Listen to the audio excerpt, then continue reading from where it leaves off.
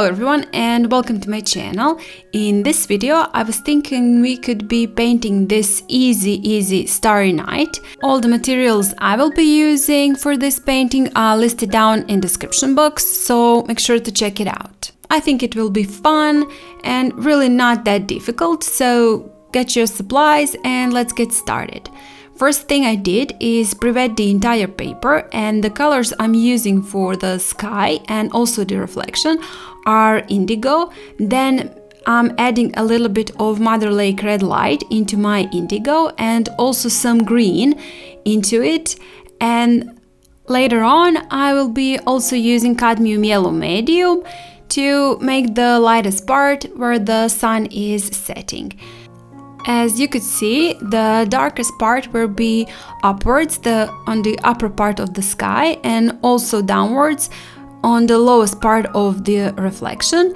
And also in the part where the mountain is going to be, I'm using for now only indigo, but later on I will add some neutral black.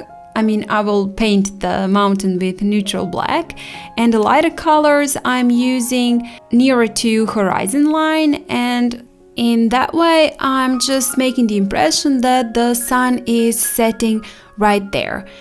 And when my first layer completely dried, I'm doing the second layer, and for the second layer, I did not pre-wet my paper because, that is actually my advice to you when you're painting galaxy, starry nights, or northern lights.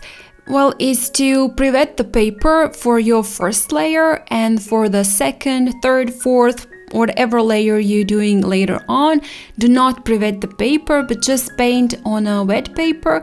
That is actually the way you will get the more vibrant and more darker colors than if you would pre-wet your paper, because if you do pre-wet your paper, you're actually watering your watercolors twice, once on your palette and second time on your paper.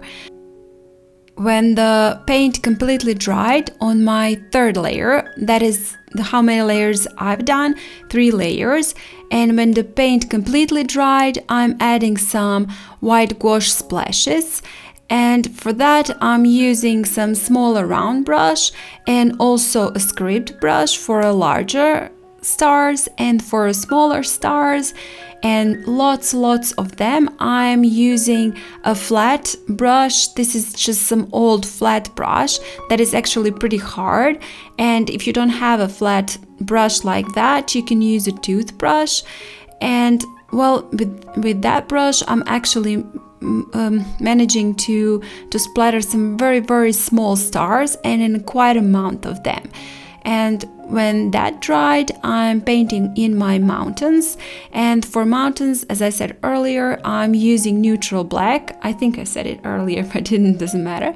And I'm using a larger round brush, and for the thinnest part where my mountains are actually meeting, and that is the furthest from us, I'm using a smaller round brush. That is the brush that I could be a little bit more precise with, and it won't also take a lot of paint, a lot of water as the larger brush, so I'm using that one for the more details.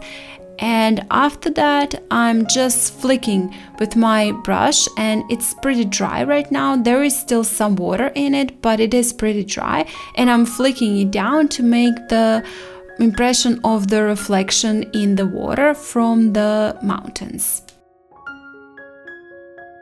When that dried, same thing I'm doing with the flat brush, and this is also one that is actually fizzled, and well, it's an old brush with pretty stiff bristles, and I'm also doing the same thing. I'm flicking that brush downwards to make even stronger impression that there are some reflection in the water from the mountains. And later on, I'm just finishing off this painting with some distant maybe buildings or whatever. It just looks like that is something that is a man-made, maybe it's a lighthouse, and adding also with that old fizzled brush some white gouache to my sky because I want one part of it to be a little bit lighter so that it looks like there are just more stars or some galaxy over there. So I'm just topping in the white gouache, and I did not really add a lot of water to it, but I'm using it right from the tube. Later on, I will also add a little bit more of the stars, and with white gel pen, I'll be also adding some shooting stars, and I'm gonna use also my roller. If you don't need your shooting stars to be absolutely in a straight line, you of course don't need a roller for that. And with that, I'll be finishing off this painting and of course this video. Thank you guys a lot for watching, for sticking till the end. And I hope you like this video, you find it to be simple. There is really no excuse not to do it. Very, very easy. And well, if you do like it, please hit the like and share it, comment. And of course, if you haven't still, please subscribe to my channel. And I hope I'll see you next time. Bye!